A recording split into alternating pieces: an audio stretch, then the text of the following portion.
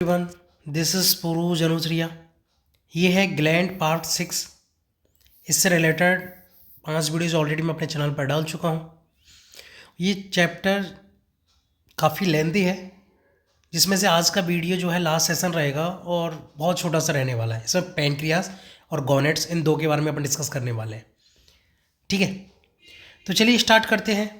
Pancreas, अगर इसकी structure की बात की जाए पैनक्रियाज की, तो इसकी स्ट्रक्चर कैसी होती है? तो इसकी जो संरचना होती है वो लीफ लाइक स्ट्रक्चर होती है, पत्ती के समान संरचना होती है। ये जो होती है वो मिक्स्ड ग्लैंड होती है। ठीक है, पत्ती के समान इसकी संरचना हो गई। ये जो ग्लैंड है वो लीफ लाइक है। ठीक है, और ये जो होती है मिक्स्ड ग्लैंड होती है। आइसलेट्स ऑफ लेगरेंस, लेगरेंस के द्वीप समूह, ये जो पोर्शन होता है वो एंडोक्राइन पोर्शन होता है पैनक्रियाज का। ठीक है, आइसलेट्स मतलब ग्रुप ऑफ सेल्स। ठीक है, लेगरेंस सेल्स का ग्रुप। ये जो होता है वो 4 तरह के करीबन होता है, अल्फ़ा, बीटा, गामा, डेल्टा। ठीक है, तो इसमें अपन बात करने वाले हैं अल्फ़ा, बीटा और डेल्टा की। ठीक है, नॉट गामा, डेल्टा की अपन बात करने वाले हैं। ठीक है, तो अल्फ़ा सेल्स क्या करती हैं? ग्लूकागॉन प्रोड्यूस करती हैं। ठीक है, ग्लूकागॉन का फंक्शन क्या होता है? ग्लूकागॉन का फंक्शन होता है ग्लाइकोजन को कन्वर्ट करेगा ग्लूकोज में। When low blood glucose level, जब हमारी बॉडी में ग्लूकोज का लेवल कम हो जाएगा तो ये क्या करेगा? ग्लाइकोजन को ग्लूकोज में कन्वर्ट करेगा, क्योंकि हमारी बॉडी को ग्लूकोज की तो ज़रूरत है ही है। ग्लाइकोजन ऑलरेडी स्टोर्ड है, तो उसको क्या करेगा? ग्लूकोज में तोड़ देगा, जिससे कि हमारी बॉडी की नीड पूरी हो सके। तो ग्लूकागॉन क्या करेगा? ग्लाइकोजन को कन्वर्ट करेगा ग्लूकोज में when low blood glucose level होगा। ठीक है, बीटा सेल्स क्या करती है? प्रोड्यूस करती है इंसुलिन। ठीक है, डायबिटीज़ मेलाइटिस वगैरह आपने सुना ही होगा। इंसुलिन काफ़ी ज़्यादा फेमस होता है जनरल वे में भी। ठीक है, इंसुलिन, इंसुलिन क्या करेगा? जो एक्स्ट्रा ग्लूकोज होगा उसको ग्लूकागॉन में कन्वर्ट करेगा। ठीक है, एक्चुअली हमने खाना खाया, कार्बोहाइड्रेट की सिंपलेस्ट फॉर्म में, ग्लूकोज सिंपलेस्ट फॉर्म होती है, ये टूटा, जितनी हमारी बॉडी को नीड हुई उतना हमने ग्लूकोज ले लिया, लेकिन जो एक्स्ट्रा ग्लूकोज रह जाएगा वो डायरेक्टली बाहर तो नहीं निकाला जाएगा ना, तो उसको क्या किया जाएगा? इंसुलिन के द्वारा ग्लाइकोजन में कन्वर्ट किया जाएगा।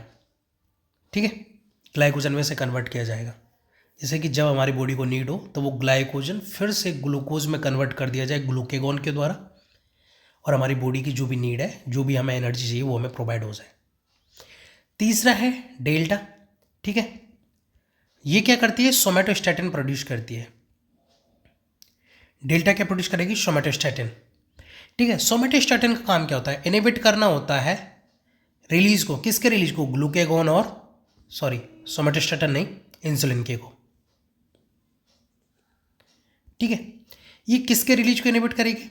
ग्लूकागॉन के और इंसुलिन के, इन दोनों के रिलीज को ये इनहिबिट करेगा।